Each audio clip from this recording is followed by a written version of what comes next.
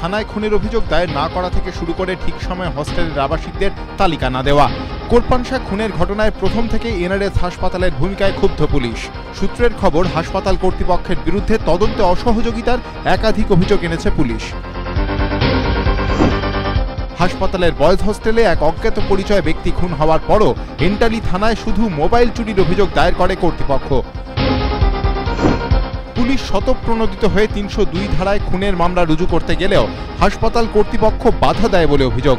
উল্টে হাসপাতাল কর্তৃপক্ষ ৩০৪ ধারায় অনিচ্ছাকৃত খুনের অভিযোগে মামলা রুজু করতে চাপ দেয় বলে পুলিশের দাবি।